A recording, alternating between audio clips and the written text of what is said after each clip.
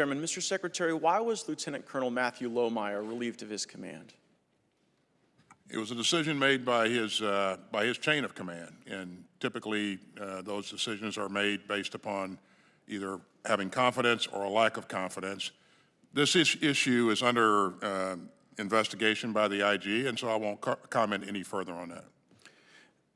In my previous discussions with service members and particularly officers, I would hear about complaints over parts not arriving on time, long deployments, and in my more recent discussions with those officers, the number one issue that they raised to me with concern, often unable to speak publicly for fear of the type of retribution that Lieutenant Colonel Lohmeyer faced, they say that your stand down regarding extremism did not help our military, it hurt the military. And I want to share with you that perspective, that it caused service members to otherize one another, it impaired group cohesion, and interesting to me is that I've heard those sentiments most frequently from units that are majority-minority, that this was not particularly helpful. So I wanted to give you the opportunity to maybe share with us more specificity regarding the definitions that seem to be a challenge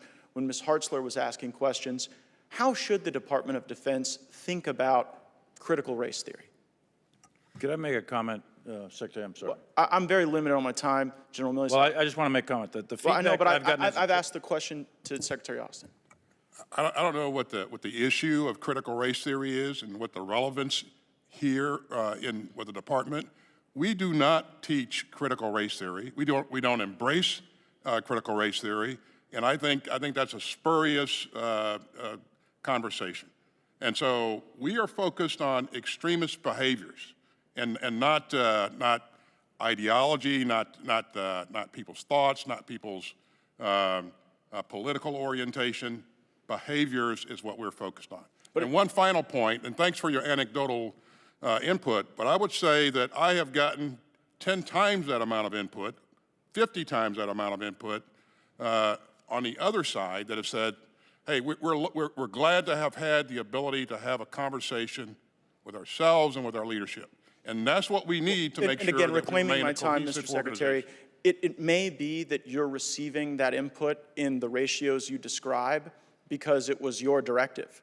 It may be that people are concerned about criticizing your decision because Lieutenant Colonel Lohmeyer was not relieved of his command for his actions. He was not relieved of his command because of poor performance regarding his duties. He was relieved of his command precisely because of his thoughts and because of his critique of critical race theory. It is particularly helpful that you have said that the Department of Defense does not embrace critical race theory and that you think the discussion is not appropriate. I would suggest that it is the ideology that is not appropriate, and it is particularly concerning to me that you have hired a critical race theorist to give you advice on personnel matters, and that person is Bishop Garrison. And I would particularly observe that on July 27, 2019, Bishop Garrison tweeted regarding former President Trump, he's dragging a lot of bad actors out into the sunlight, normalizing their actions. And here's the relevant part. If you support the president, you support that. There is no room for nuance in this. There is no more, but I'm not like that talk. And then he replies to his own tweet with what seems to be a very ethno-nationalist hashtag, hashtag Black44. Could you enlighten us as to what advice Mr. Garrison has given you, and are you concerned that while you testify publicly to our committee that the department doesn't embrace critical race theory, you have hired someone who is precisely a critical race theorist? This is the first I've ever heard Mr. Garrison be described as a critical race theorist, so this is new. And I'm sure did you review his would, tweets before you hired him, personally? Did you review his tweets before you hired him? I did not personally review his tweets.